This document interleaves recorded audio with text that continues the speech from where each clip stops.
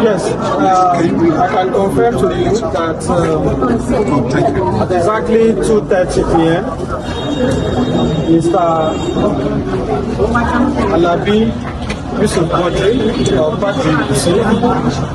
was physically handed over to me by the authorities of the Nigerian Correctional Service. Recall that about 3 hours ago, the court discharged him following the advice of the Director of Public Prosecutions, Lagos State, where the DPP found that Quadri Alabi has no case to answer, that the allegation of armed robbery brought and made by the police is without substance, without evidence, and that he was innocent. However, as you may be aware, when a court makes an order discharging a person, there is an administrative process that has to follow, which is basically for the preparation and signing of his release warrant. Until that warrant is physically handed over to the correctional officer, it cannot be physically released. So now the warrant was signed and handed over, and Quadri is now free and is going home and is no longer returning to the medium security custodial center. Let me thank all Nigerians and the media for the interest they have shown in the case of this boy. Like I keep saying, you may not understand Quadri's case until you have met Quadri. Those of you that have now seen him, you don't need to have power of clairvoyance. You don't need to be a prophet to look at this boy, maybe by looking at him, to know that, to have reason to question the allegation made against him.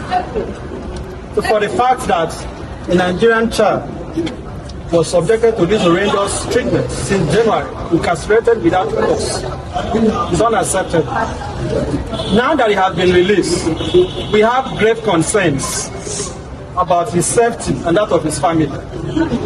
As I speak to you, it is not safe for him or his mother, who is standing beside me, to return to their home. So as I speak, Quadri is basically homeless because their current home is not safe for them. There are reasons why I'm saying that. Apart from the fact that you are all aware of the circumstances that led to him being abducted, he was not arrested. Quadri was abducted by so-called area boys. So, handed over to the police. The same people behind his travels, they have not left Nigeria, they have not left Lagos, they are still within that community. So it is only common sense that his family should be relocated somewhere else. So we'll be appealing to Nigerians of good conscience. Please extend a hand of help to this family, and Quadri in particular. The most pressing need is for us to get an alternative accommodation for them, get them accommodation elsewhere where his family can stay. They don't have the means. You can see it yourself. The second need is that even though he became momentarily famous during the elections, quite sadly, that fame, was not, the benefit of that fame was not sustained. So he basically went back to the streets doing petty things. So currently, he needs some stable form of employment. He has started learning tailoring. I don't know whether he would want to continue with that, but the point is that Quadri needs some form of rehabilitation that will enable him to be self-sufficient and useful to the country. So we are appealing to any spirited member of the public out there that may want to assist him beyond just the accommodation. Please reach out to me. We'll be able to bring that help to his family. And then lastly, I want to restate for emphasis, and I say this without apology, and I'm ready to say this before anybody in this country. I'm ready to say this before anybody. The divisional police officer of Amukoko divisional headquarters has to be removed. If the commissioner of police does not sanction him along with the other officers who took part in this act of evil.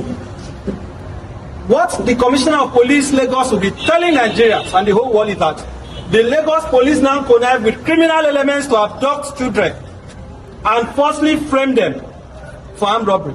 So if the Lagos Police Command has no hand in this travesty, this abomination that has been done, if the IG does not consent to what has been done to Quadri, we want to see an immediate action taken against the officers who were behind it. We are not going to withdraw this demand.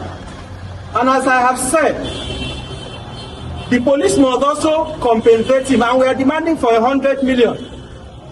Our last demand is public apology. If these demands are not made, we don't bluff. If these demands are not made within 14 days, I can confirm to you that I will be approaching the court.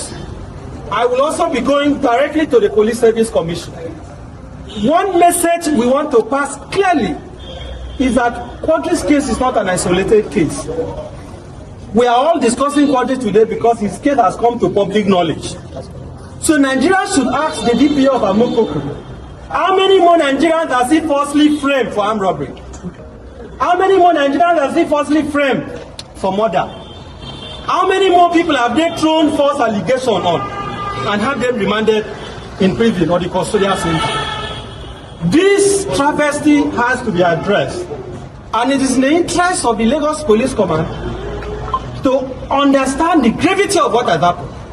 As I want to repeat, we are not going to withdraw this demand, and we are ready to state this demand before anybody and authority in this country. So I thank you once again for coming out, and I want to appreciate all of you who have stood by him